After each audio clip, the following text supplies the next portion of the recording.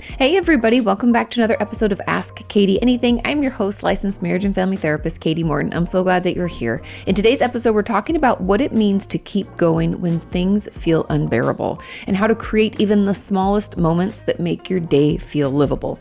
We'll also explore how to heal from complicated family dynamics, including narcissistic or emotionally unavailable parents, and what it takes to build a sense of identity when it feels like you never got a chance to.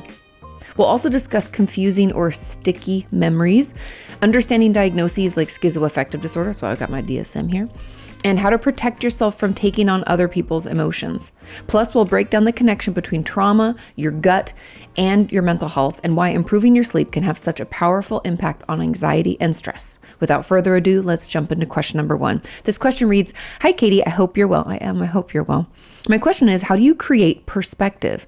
I'm autistic and have struggled with severe depression and with self-harm and suicidal ideation for as long as I can remember. I've tried everything there is to try to feel better. Therapies, medication, ECT. ECT stands for electroconvulsive therapy. It's when we get little electric shocks. To the point where even my treatment team says they can't think of anything else to help me after consulting with a whole bunch of other psychiatrists and psychologists, etc. My days are absolutely unbearable. Even the smallest tasks, like putting on deodorant, feel like having to climb up Mount Everest. I'm lucky to have a great care and support team, but they can't be with me all day, every day, and I struggle to find activities to get through the day because I get and am really exhausted and overstimulated. Have a low attention span, and over time, at least 10 years, you get tired of knitting and coloring. I totally understand. How do I create moments in my day to live towards? I know to look forward to too big of a question. Oh, is too big of a question, but not having such big empty spaces would help a lot. Thank you for all that you do. This is a great question. I think for a lot of us, we can feel like we've tried everything. We still feel like shit. What do we do? And I want to first start by offering some, what I would call alternative treatments. And the reason I want to call them that is because they're not often our first line, second line, or third line. They're things that for many clinicians, they don't really think about them, or it's possible they aren't available in your area. Now, I assume you're in the UK, I think. I don't know why I think that, but I believe that that's what you'd said. Maybe you're in the States. Either way, I am going to give you some maybe alternative treatments that are worth looking into.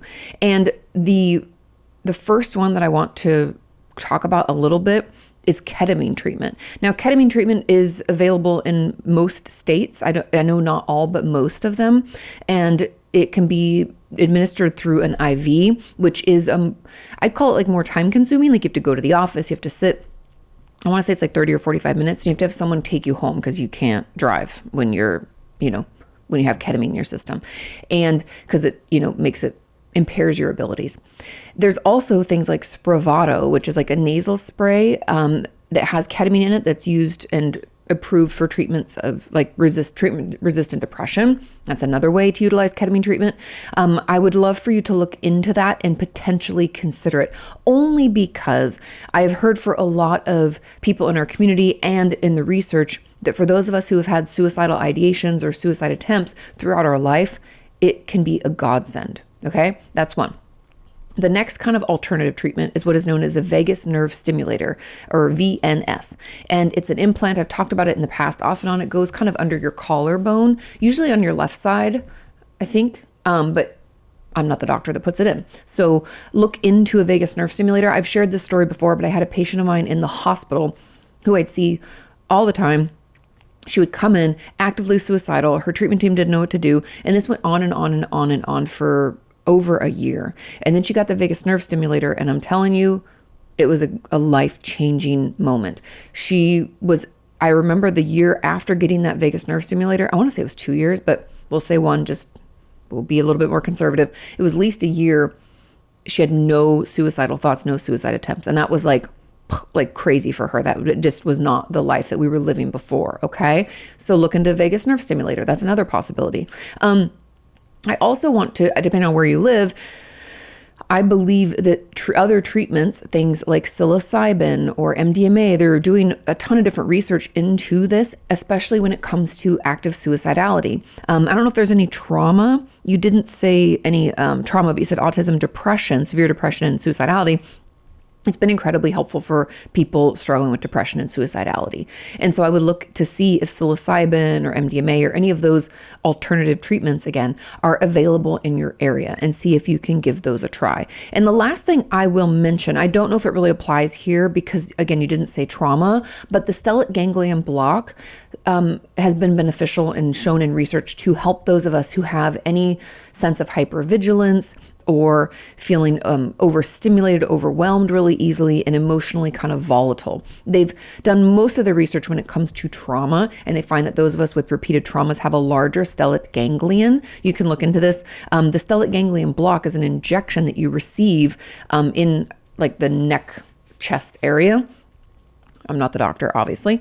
And it's something that you only have to get done. I believe it's like 1 or 2 shots, and then maybe you have a follow-up, but people have reported that the change is instantaneous. And so that's something that I would also look into. It's also been around since the 20s, so it's a really well-tested treatment. I'm not a doctor, talk to a doctor, but I just wanted to throw those ideas out because I think for a lot of us, we can feel like there's nothing that could help. And I just don't believe that. I think there's always something that can help. And so let's look into that. The second piece of this, you asked about, how do I create moments in my day to live towards? I guess I have a question back for you as to what is it that you enjoy doing? And I know you're like, I'm exhausted all the time, I'm overstimulated. Is there anything that is worth the effort? And that might be no, because you have severe depression. But that's just the place that I would start. If you were in my office, we would go through maybe a list of the things that you used to enjoy, because I don't know if you're able, but I want to put it out there that when it comes to severe depression, I know that exhaustion is heavy. Trust me, I felt depression myself. I know it's like putting on like a 500-pound backpack. It makes everything harder. When we talk about it and we talk about treatment, one of the best ways for us to manage our symptoms of depression or to feel better is actually called behavioral activation. I know I've spoken about it in the past, but it's essentially when we do it anyway. Like you're tired, you don't want to, I don't care. Do it anyway. I used to love playing piano, but now do it anyway. And so I wonder if you're able, able to push yourself to do it anyway. And I know just how hard that is. Like I said, I've felt it myself. I don't want you to think that I don't understand the heaviness or the exhaustion of depression, but I will tell you that when I push myself to shower anyway or to go for a walk anyway, having a dog really helps because she doesn't care how I feel. She needs to be walked, and it kind of pushes me to move my body. But when I find time or force myself, white knuckle, to do the things that I used to love to do, I do feel better. And so I want to challenge you there that yes, I know you're tired. Yes, I know you get overstimulated, but what did you used to enjoy? Can we do it anyway? Can we push ourselves?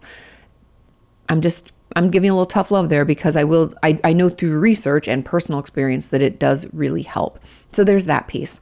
Then the next would be maybe journaling a little bit about the things that you really want in your life in the future. Okay. Things, I know this might be hard, but it could even just be like, I always dreamed of going to insert place. Like Sean and I really want to go to Japan. That's like top of our list. I also really want to go to Ireland. I know those are totally different places, but I want to go to a lot of places. I'd love to go back to Australia and see those of you there. So those are some random things just off the top of my head that I'm like, I'd really like to do that. I'd really love to go experience that. I also really love to go snowboarding, and I would look forward to the next time I can do that. And if there's anything that you can think of long term, I know long term isn't, you're asking for like in the day, but are there things that you really want to do? Those are things that I would write down, and I would think of them every day. I might even create like a little vision board about it to bring your brain back to these things that we're looking forward to, things we're excited about. And when it comes to moments in the day, I'm going to challenge you for, I could tell you some things to look forward to. It's not going to work. I wish that wasn't true, but in my experience and kind of what we know about depression, that's not going to help. What's going to help is kind of slowly but surely shifting your thought pattern. Now hang with me, okay? You guys know I had a really shitty couple of years, and the only thing that helped me was doing this journaling like structure, I guess, okay? So the journaling structure that I use, that I swear to God changed my life, is I would spend about 5 minutes venting about bullshit in my life. I hate this is shitty, I don't like it. Not very long, 5 minutes max. Honestly, I got to the point where like it's like a sentence or two, if any. I don't want you complaining in your journal right now. That's not the goal. That's only going to make us feel worse. A little bit of that. Then I want you to tell me what you're grateful for. I know you just rolled your eyes. You're like, oh, I hate this. Do it anyways. What are you grateful for? I have breath in my lungs. I'm going to eat lunch after this, and I'm so grateful. I'm grateful that I have clean water to drink. One of my friends helps with the pygmy people put in wells so they have clean water. They don't have that. It kills people all the time in their village. That's sad. I have clean water. Amazing, right? I have a loving husband. That's wonderful. I have a cute pupperoni that lives at my house and she barks all the time and I love her very much. What are you grateful for? I can wash my clothes. It can be as small or as big as you want. Tell me. Journal about it. Really get in there. Roll around in it. And finally, what are you looking forward to? Dream a dream. Pretend you don't have these symptoms. What are you excited about? What's amazing? Like I said, what are you looking forward to? I want to go to Tokyo. I cannot wait. I want to speak on a keynote stage and I want to meet all of you in person. Those are things that I would really love to do. I'd love to get a TED Talk, right? Tell me all about it. I don't care how big or little. It could be like, I can't wait to try out that new restaurant that's opening next month. You're excited about it. You're looking forward to it. I swear to you, doing that, what I complain for a little blip. What am I grateful for? What am I looking forward to? I did that probably 3 to 4 weeks or 3 to 4 days a week for a year. My life is forever changed. My brain can't even hang out in negativity land because it automatically goes to like, what I'm actually really grateful for. It's like I program my brain without even realizing it to jump out of negativity into gratitude and then into forward thinking. It's been a game changer, you guys. And so I really want to push you to try to do that because I could give you something little to look forward to, but I can't give that to you really. You have to want it. You have to want to look forward to it. It has to be something that is emotionally drawing for you. And I can't know what that is, but you can. And you can make this a practice. And so each day, instead of coloring or knitting, because I'd be bored of that too, I want you to spend, 5 to 10 minutes just following that journal prompt. And some days will be easier than others. I actually found that when I was in a really bad mood or having a tough day, I would say to myself, you need a journal today. Today's a journal day. It doesn't have to be every day. Like I said, 3 times a week-ish would be my average, 3 to 4. Give that a try, okay? Really give it a try, like good try. And then report back because that, I swear to you, it really does save our lives, okay? Thank you to Bioptimizers for sponsoring today's episode. Do you ever feel a little off at night? Like you're waking up more tired than when you went to bed? It's not always just stress. Sometimes it's your body navigating changes that come with age. I know for me, I used to have nights where I'd toss and turn, my mind wouldn't settle, and I'd wake up multiple times, only to feel exhausted the next day.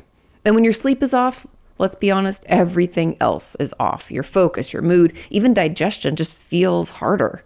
But over the past couple of weeks, I've been using Magnesium Breakthrough by Bioptimizers, and I've noticed a real difference in my sleep quality. I feel more settled at night, and I'm no longer waking up over and over again. I wake up feeling much more rested, which has made such a difference in my day-to-day. What I really appreciate is that it's not just one type of magnesium, it's a blend of 7 different forms designed to support relaxation and overall sleep quality in a more complete way. People talk about benefits like feeling calmer, more rested, even better recovery and digestion. But I always want to try things myself first. And so far, this has really been a positive addition to my routine. If you're curious, here's my challenge. Try it. Track your sleep and notice how you feel. You really have nothing to lose and a lot to gain. Not to mention that Bioptimizers offers a 365-day, no questions asked, money-back guarantee. That's a full year, 0 risk. If you're ready to feel more rested, head to bioptimizers.com/Kati and use my exclusive code Kati to get 15% off any order. And when you subscribe, you'll get a great discount, free gifts, and the peace of mind of never running out. Again, that's 15% off at any order at bioptimizers.com/Kati. Make 2026 the year you finally start sleeping great again. Let's move on to question number 2. This question says, Kati, I'm a child of divorced parents, and there is a high likelihood that my mom is a narcissist. Oh, I'm so sorry. How can I start to recover from it? I'm in therapy now and getting help to be employed, and they both want the best for me, but I don't know what that even is. I'm researching a lot and learning a lot, but now I feel like I have a lack of identity because my parents worked all the time. And when my dad got home, my mom would avoid him by going into her room. Ooh, not very healthy. I'm so sorry you're around that dynamic. Me being confused all the time, I feel like I'm the same kid who's now an adult, still confused in relationships, trying to give, but don't even know what to give. I enjoy your videos on narcissism and married couples. It gives me a sense of relief and understanding and why I'm continuing going to therapy. I was just going to ask, are you in therapy? To fix myself. I would encourage you to switch around that language. I don't want you to say you're going to therapy to fix yourself. I want you to say you're going to therapy to better understand yourself. Nothing in you needs to be fixed. You're not broken. Nothing's wrong. We just need to better understand, right? We need to work with ourselves, okay? So continue to go to therapy to better understand myself and however it affected me. I've also been always misunderstood as a kid due to my speech difficulties with my cleft palate. Oh, my brother had a cleft palate. Underdeveloped, leaving me to YouTube as a coping mechanism to distract me and always be alone as a kid. Okay, somebody else had another comment on this, but let's just jump right into this. It sounds like the main question is like, how do you recover from the fact that your parents are divorced and you think your mom is a narcissist? I believe this lack of identity that you're feeling, I think, has come out of potentially having a parent that's a narcissist. Because for those who don't understand the dynamic when we have a narcissistic parent, it's always about them. Even if, like, let's say it's our birthday, they're going to either blow up and make a big scene. They're going to probably get you a really shitty gift that isn't something that you wanted. Narcissists tend to not be great gift givers because it's hard for them to put themselves in someone else's position. Remember, narcissists don't have empathy, so they can't feel for someone else, so they can't imagine what someone else would like. Okay, so you're probably going to get a really shitty gift. And that means that there's never any space for you, even like your birthday or holidays. They're not about you. They're always about this other person. In this person's case, it sounds like it's their mother. So it's always about her. It's not about you. And slowly but surely, your identity becomes whatever she wants it to be. And I think that's where we're kind of running into this issue now, because you're an adult, but you're not really sure what's best for you. Probably because you never had an opportunity to even dream a dream or think that way because it was always about your mom. And so my encouragement to you is kind of twofold. Number one, I want you to give yourself time. I know you maybe feel like you're behind or I should know this, you're shooting all over yourself. Give yourself some time to try to figure this out because you were never given the opportunity to ever know who you are. So it's not going to happen overnight. It's going to take us a little time, a little trial and error.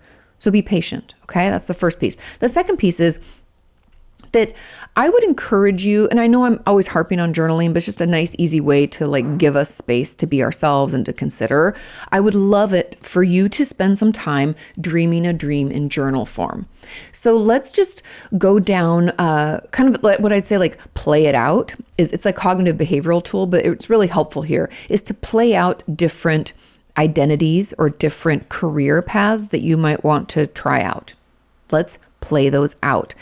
For example, let's say that because you said you're trying to get help to be employed, like imagine that you work at a pet shop. What would that look like? What would that feel like? Maybe you work at a grocery store. What would that be like? Maybe you want to be a secretary, or maybe you want to be a CEO or a marketing guru.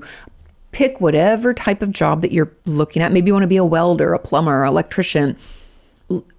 Play it out. Imagine you're telling me, like, I don't even know anything about that job. Like, what time do you need to get up? Let's say you have to get up at 6 because you have to be there at 7 and I have to go make calls on houses. What is it that you do? And tell the story of it and notice how it feels in your body. I will tell you, I had to do this practice when I did the Artist's Way. That would also be a great resource for you, the Artist's Way workbook. I know it's in my Amazon shop. If you go to amazon.com/shop/Kati Morton, you can find it. Love it. Julie Cameron is the author, I believe. It can be a lot to do, so don't feel like you have to do everything. However, I want to say it was like in the first couple of weeks, one of the homework assignments was to have different lives and pretend that you have these different lives, like dream lives, and what would they look like?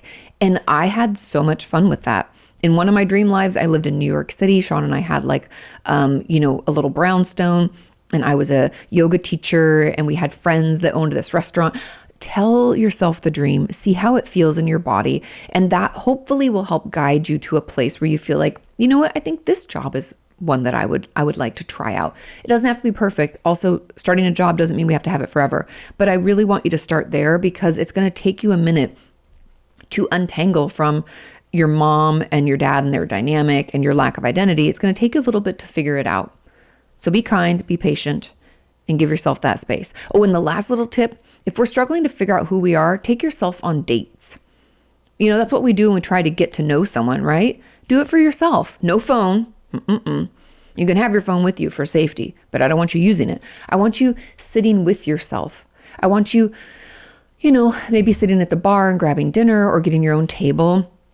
I want you to spend time with yourself. Then maybe we go for a walk. Maybe we go to a museum. Maybe we go see a movie. I want you to do things with yourself. No distractions like phone. I want you to just spend some time in thought, in conversation with yourself. I know that maybe sounds crazy, but we do talk to ourselves all day, right? So do that too. It'll help you figure out who you are, just little by little. Okay. And also, just as a side note, we're all figuring out who we are. Nobody knows. We're changing all the time. And isn't that a beautiful thing?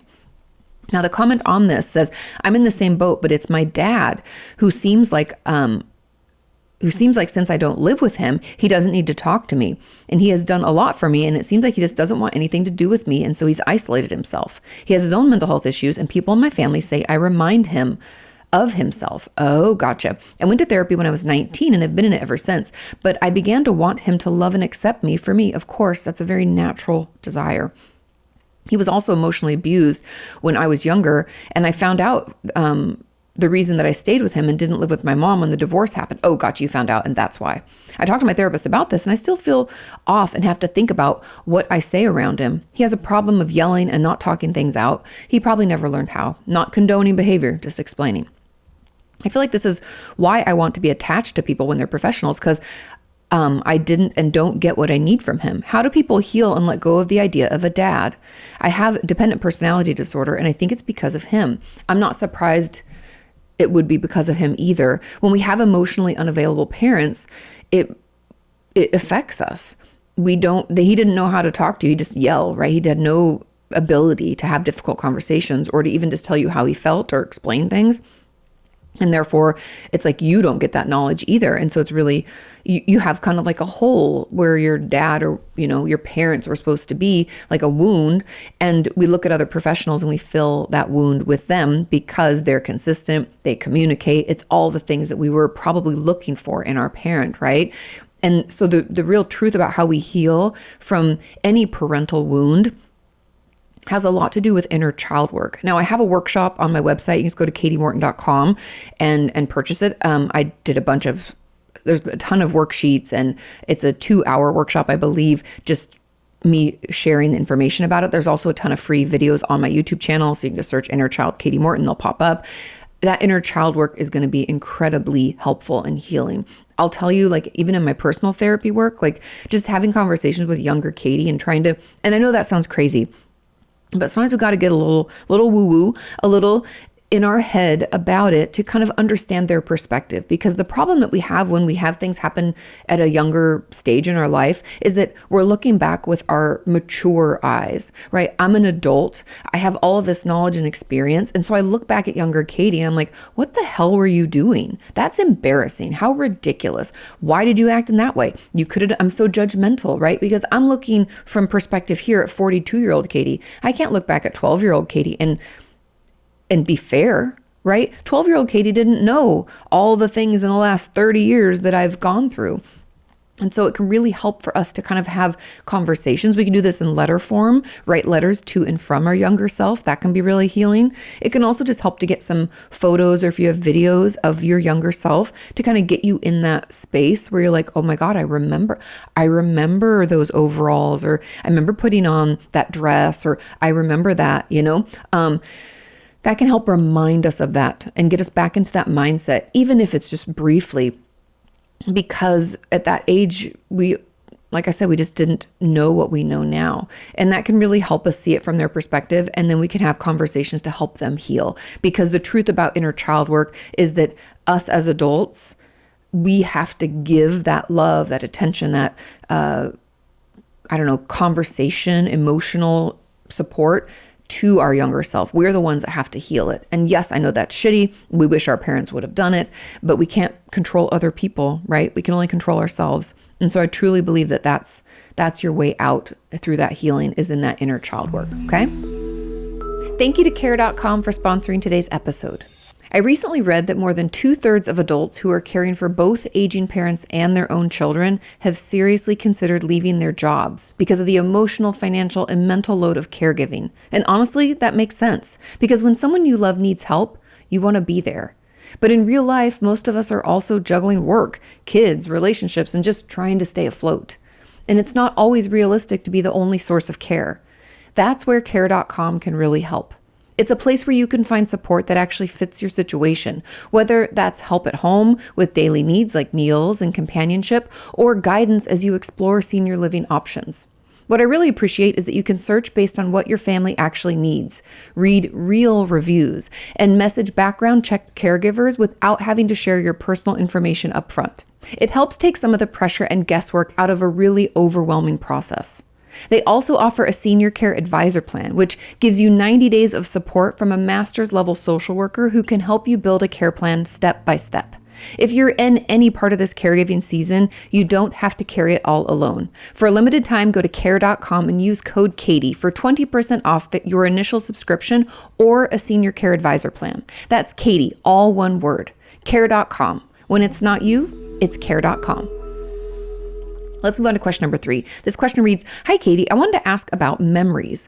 I've got a quote unquote sticky memory of my older cousin reading to me." Now, sticky memories, I don't know if this is how this person would define it, but a sticky memory is one that just keeps popping up and we keep thinking about it and it keeps hanging around. It's essentially sticky in our brain. And it's like we can't almost like forget about it, okay?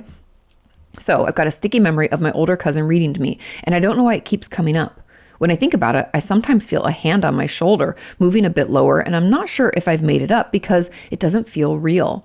And I was told he sexually abused his girlfriend, so maybe that's why my brain keeps mixing memories. Is that possible? I always come back to this.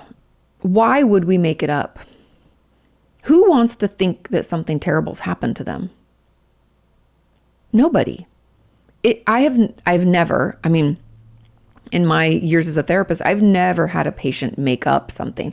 I have had patients repress memories, remember only little snippets, feel like they're flipping through a photo book and not have the full movie, right?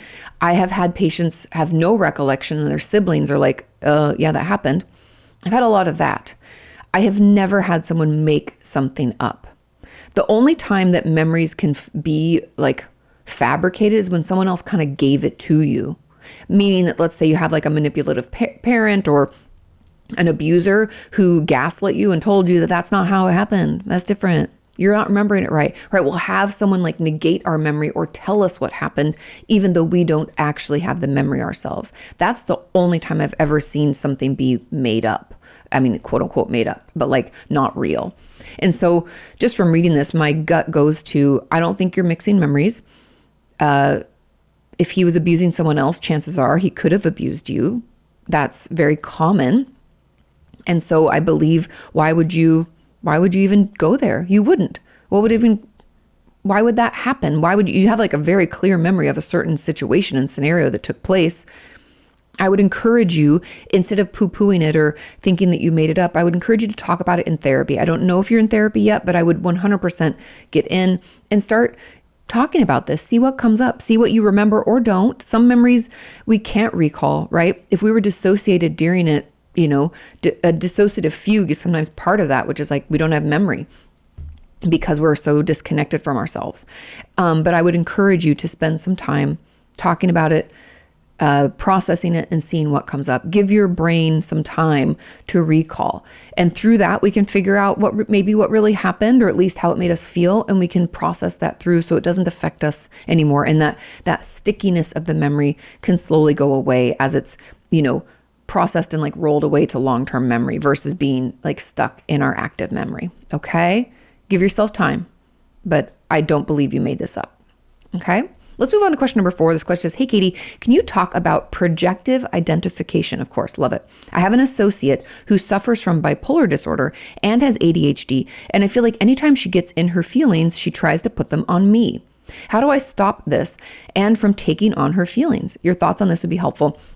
I love this question.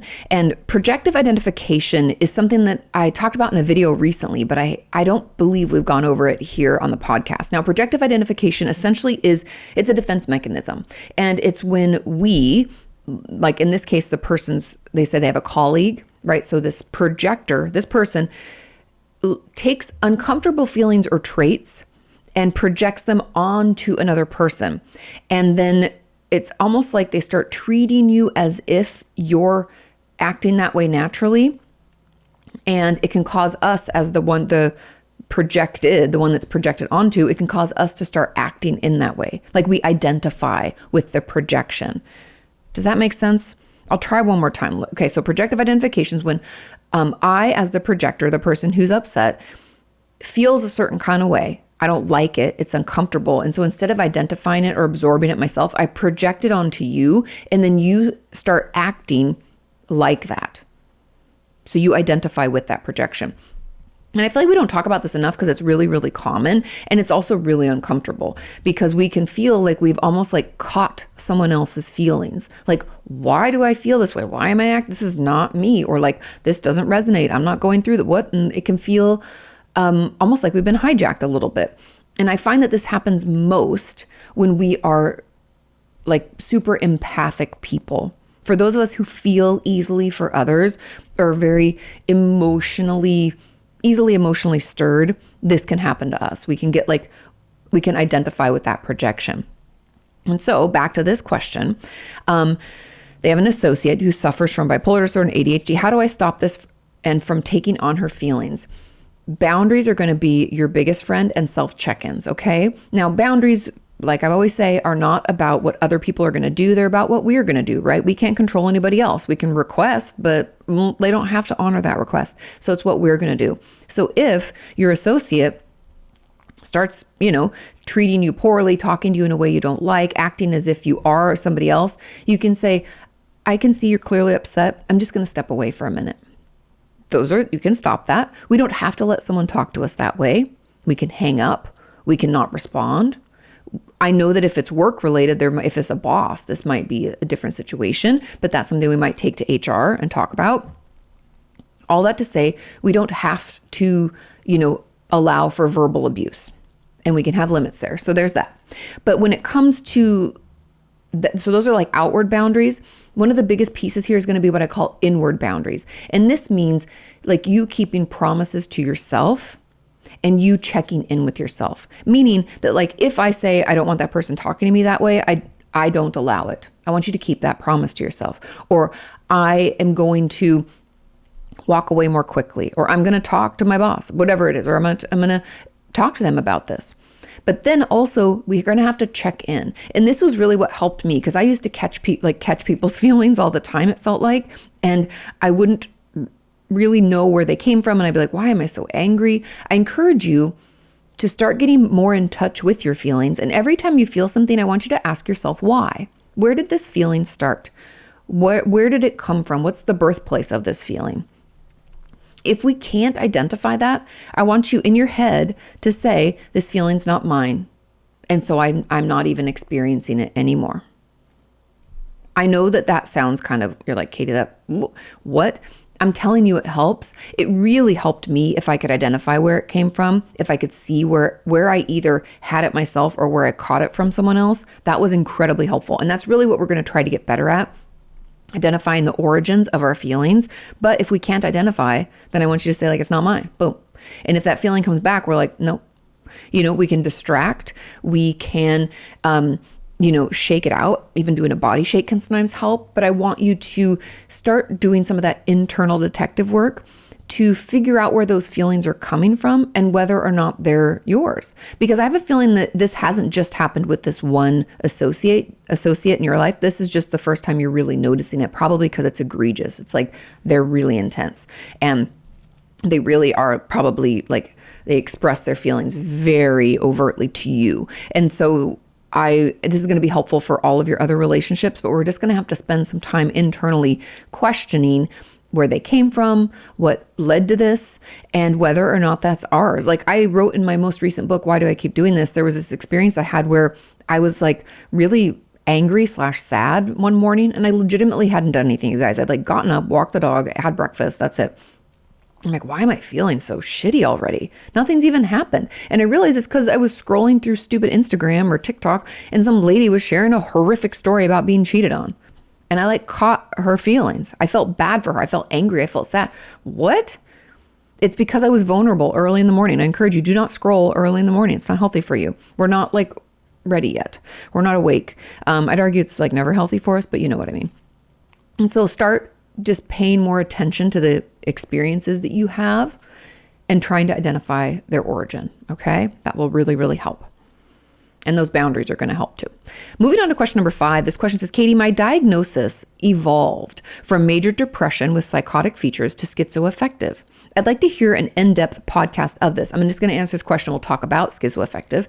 So far, I know very little about it other than it screws with my reality, which is correct. It can affect our reality just like any other psychotic diagnoses. But just for starters, I want everyone to know that schizoaffective, I think I might have a really old video about this, but schizoaffective disorder is essentially when we have psychosis, meaning we have delusions or we have hallucinations. Delusions are firmly held beliefs. So no matter what anybody says to us, we're going to believe them. That's a true delusion. You can't convince me otherwise. I believe that to be true. Okay, so we have delusions and we have hallucinations. That's when we see, hear, or feel things that no one else sees, hears, or feels. There's no real reason for it.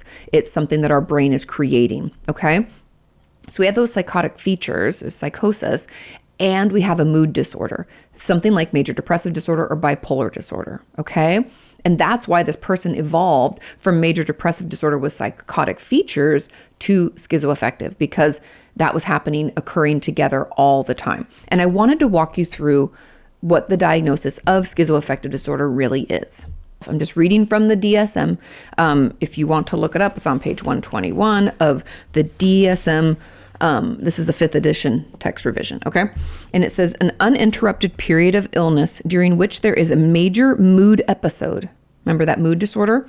Major depressive or manic. So we have an episode concurrent, meaning happening at the same time, with the criterion A of schizophrenia. Now, schizophrenia, that criterion A is that we have 2 or more of the following, each present for a portion of time during a 1-month period. And this is delusions, hallucinations, disorganized speech, grossly disorganized or catatonic behavior. That means that like the way that we move around and the way that we act is like doesn't make sense. I know that sounds really bizarre. I wish I could show you like a video of it so you could see it. But like catatonia or catatonic is like we get frozen. Like I'd just be like this with my hand up and you'd be like, what is she doing? Or it'd be like I'm walking like kind of funny and there's no actual physical reason for that bizarre movement, okay? Or negative symptoms. And negative symptoms are like when I don't do something. So I'm not speaking. Maybe I'm struggling with my hygiene. That's usually a really common one. It's really hard for me to like keep up with my life. Those are all kind of ways that we can struggle with. That's all part of that symptomology of that criterion A, okay? So it says a schizoaffective disorder says you have that criterion A of schizophrenia. And then you have delusions or hallucinations for 2 or more weeks in the absence of a major mood episode. So you have delusions or hallucinations on their own. And then you have the symptoms have to meet the criteria for the major mood episode for the majority of the duration of the illness. So we can't just have the psychotic features. That would be schizophrenia. We have to have that mood disorder as well. And that's what gives us schizoaffective. Does that make sense? I know this is kind of complicated, but under this, there's like 2, there's bipolar type and depressive type. And that is usually, that's why I said it's major depressive disorder or bipolar disorder. Those are the most common manifestations in the mood component of schizoaffective. I hope that makes sense. I know it can be kind of confusing, but I feel like in short, what schizoaffective disorder is exactly what you're experiencing. It's a mood disorder like major depressive disorder or bipolar disorder, paired with psychotic features, those hallucinations, those delusions, those negative symptoms. And really that's kind of why you feel like it screws with your reality. Hallucinations can be and delusions can both be incredibly difficult, because if we're seeing and hearing and feeling things that nobody else sees, hears, or feels, we can feel crazy. You know, my good friend Cody Green, it's Kody Green, just Green. He is a schizophrenia advocate. He talks about his experience all the time. I'd encourage you to check out his channel. I also have a good friend Kit, but she has a TikTok account where she talks about schizoaffective disorder. That's exactly what she has. And I would just encourage you to try to find other advocates and other people talking about it so that you can get an idea of how it affects you and maybe how it relates to them, because it's not uncommon. You're not alone in this, and it is something that can be managed with medication. I'd assume, because you said you have a diagnosis, that you are being treated for it. And if you feel like your reality is still not good, or you don't feel like yourself, or you don't like that, let your treatment team know, okay? Because there are treatments out there. You can live a full and wonderful life, and we can get you to a place where you don't feel like your reality is so screwed up. Okay. I hope that helps, and happy to talk about it more. Leave more comments, if you want me to dive into it even deeper. Okay. Let's move on to question number 6. This question says, Kati, I recently heard about the connection between trauma and the gut. Yes, love this. In your experience, do people with a lot of trauma experience a lot of abdominal issues too? Like there's a connection from your brain to your digestive system. There is. Have you heard of this theory? I have. I went to therapy for years and thought it was okay, only to end up with a bad gut anyways. Seems to me that I was meant to be doomed one way or another. Look at that negative thinking. After 6 surgeries in 4 years, I'm finally done technically, but I started feeling depressed and having trouble feeling better. My abdomen still gives me trouble even though I eat healthy. What are your thoughts on the connection of the brain and the gut? And thank you for taking the time to read this. I hope things are going well for you. They are. And things can go well for you too, okay? I want you to keep an eye on that negative thinking. But your real question about, the gut and trauma, the trauma and the gut are deeply connected through what's called, if I remember correctly, it's called like the gut-brain axis. And I pulled up some notes because I did some research and I had like some things bookmarked from before when I did my book Traumatized. But the gut-brain axis is a bi-directional communication network where chronic stress from trauma, especially those ACEs, the adverse childhood experiences, cause the brain to release cortisol. Remember, cortisol is a stress hormone, right? It's what our body does when it's under duress, like traumatized. And this alters our gut microbiome. I found this fascinating because it increases gut permeability, like you can get leaky gut, and triggers systemic inflammation, which in turn reinforces anxiety, depression, and PTSD symptoms. And so because of the release of all that cortisol, it can actually alter your gut microbiome. And they find, there's a ton of different things that we can do to kind of help it. They said that, obviously getting on medication like a neurotransmitter, or not a neurotransmitter, I'm reading my notes, sorry, an SSRI or SNRI can help kind of right the ship and lower that cortisol level. Also, obviously, therapy, and it sounds like you've done a lot of those things, but I do find it really fascinating and helpful to understand kind of why trauma does connect with our gut and why we can have physical manifestations of mental health conditions. And it's also the reason why I always tell people that we can't treat just our mental health or just our physical health. We need to treat them both because they're so inextricably linked, right? My brain is the hard drive of my body. So of course my anxiety can cause me to sweat, or my physical chronic illness can cause depression, right? They're all connected. And so I'm sorry that you're going through this. I'm sorry that this has been your experience, but I'm hopeful. It sounds like you are getting help. I'm hopeful that they can maybe help you get out, I don't know if it's like fully fixable. I always hate to use the term fix, but help it be better managed so that you don't have these flare-ups, so that even though you've had like surgeries and things go on, that we don't, that we're able to better manage it. Because I do believe that the gut microbiome can be assisted, right? We've all heard about like probiotics, prebiotics. I'm sure there's more than that. But that's why also when I was reading about this for my book Traumatized, there's not only a connection between trauma and the gut, there's also a connection between trauma and autoimmune disorders. And so they find there's an increased risk because like stress on your body has a lot of implications, right? And those increased, spikes of cortisol and all of that can lead to a lot of issues within our bodies. So talk to your doctors, talk to your treatment team, make sure that all of your symptoms are being looked at and treated. Make sure your doctor is talking to your therapist and vice versa, because there are so many connections between our mental health and our physical health. And we want to make sure that we're getting it all treated and all supported, because I'm a firm believer in general that we can, overcome these types of ailments, that we can get treatment and we can feel better. But it didn't start just in your body or just in your head. So we have to get both on board. We have to get treatment for both. And so I just really encourage you to continue with the treatment that you're getting, because we do find that they are unfortunately connected. Okay. I hope that makes sense. Happy to talk about this more. I found it fascinating, and we could get into the gut microbiome and all of that. Obviously I'm not a doctor, but clearly there's a definite connection, and that's why you have those experiences. Let's move on to our final question, question number 7. It says, I have recently started taking magnesium supplements to help with sleep, amongst other issues. And since taking magnesium and sleeping 10 times better than ever, I've noticed big improvements in my day-to-day anxiety and stress levels. Can you talk about the relationship between how sleep impacts anxiety and stress? Now, I did some research, and this is personal. I'm not a doctor. Talk to your doctor. But magnesium glycinate is best for sleep. It's also one of the magnesiums that is supposed to affect our digestive system the least, because we have to be careful. I just want to throw a caution out here. Don't just take any magnesium, because a lot of them can cause diarrhea, and you don't want to be at work or headed to school or something and all of a sudden have that hit your system.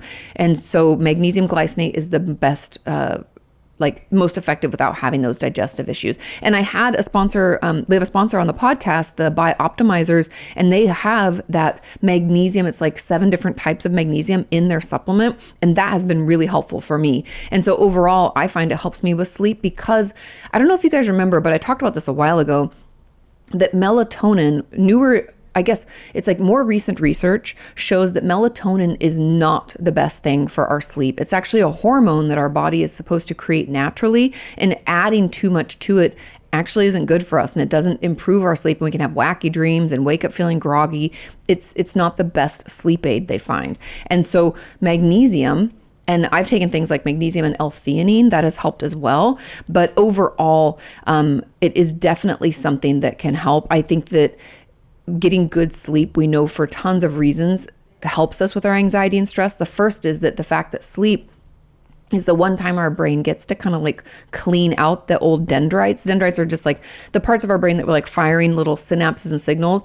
They get worn out, and sometimes they fall down and they need to be cleaned out. And sleep is the time that our brain kind of does that deep cleaning, sweeps out all the things that, I made a joke in an old video where I was sleep is the time that our brain gets rid of that French that we learned in middle school we never used. It's we don't need that. It's taking up space. It needs to be cleaned up and swept out. And so proper sleep has a ton of implications on our overall health, everything from digestive health to blood pressure to anxiety and stress levels. I believe that it helps us feel rested, get that stuff cleaned out so we can think more clearly. And it also really allows us to focus the next day, because if we're not getting enough sleep, we can't focus. And the biggest thing is our resilience. Sleep is a huge piece of our resilience. And so if we aren't sleeping, I've talked about HALT forever: hungry, angry, lonely, tired. HALT. If we're too tired, we can't make good decisions. We can be more emotionally dysregulated. We are more easily thrown off in general. And that's why it's so important that we get proper sleep. And also I have so much to talk about with this. I feel like this is an entire video, but a lot of the research done on sleep was done on white males. And no, I don't have anything against them. Obviously, I'm married to one. However, those women in particular do not fit into the same criteria that men do. Men need roughly 7 to 8 hours. That's where we get that 8 hours of sleep. That's what the research on men showed back in the day. However, newer research shows that, sure, that works for men. Women, on the other hand, need more sleep. We need on average 9 hours, which is right where I am. So I can sleep a lot. And Sean doesn't need all that sleep. And so it's just something to know that like sleep is really important, because if we don't get that, our brain doesn't get cleaned out. We don't have the resilience we need to function the next day. And we can find ourselves being more impulsive, more emotionally reactive, more anxious, and more stressed out. And I feel like sleep is just this big piece of our overall health and something that we should all be trying to improve. And for best sleep, just to give a couple tips here, I have an older video on 5 tips of how to get better sleep. You might not like them, but I'm just being honest. Some tips are to not be on your phone right before bed. I am just as guilty. I'm calling myself out as much as I'm calling you out. Give yourself at least 30 minutes. No phone. Go to sleep. Maybe even just not being on your phone when you're in bed has been a game changer for me. That's been my kind of one of my resolutions this year, is during the week to not scroll on TikTok before bed. And I'm not perfect, but it's getting much better, and I feel better and I sleep better. So there's that. Also, just making sure you're giving yourself enough time to sleep. I do that kind of like reverse procrastination bedtime. I have an old video about that where we kind of like stay up to get like me time because we're working too much, or we're a parent or caretaker, and it's like takes a lot of energy, and we want that time for ourselves, so we won't go to bed. Don't do that. Make sure that you're allowing for enough sleep. Remember, 8, 9, maybe 10 hours. Figure out how much you need. And then there's also the piece of like having animals in bed or children in your bed. That's going to disrupt your sleep. I know I love my dog just as much as anybody else loves their dog, but it will only affect your sleep when you have other people in your bed moving around. Other things moving and shaking can wake you up and disrupt your sleep, okay? So there's that. And then having a routine around bedtime is really helpful. Do the same thing every night. Like maybe you turn off the TV, you read a book. We're not on our phone. Read a book for 20 minutes. Then we go and we brush our teeth, we wash our face, and we change in our PJs and we get into bed. Like having that routine is really helpful because it sets our body up for sleep. Okay, but overall, sleep is paramount to us better managing our anxiety and stress. It gives us that resilience that we're going to need, that emotion regulation the next day to be able to weather life storms. So make sure that you're doing the best you can to get that sleep, okay?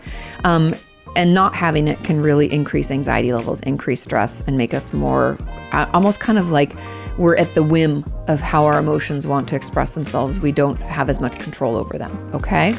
Thank you all so much for watching. Thank you for listening. Thank you for shopping our sponsors. It really does help. Have a wonderful week. Do your homework, and I'll see you next time. Bye.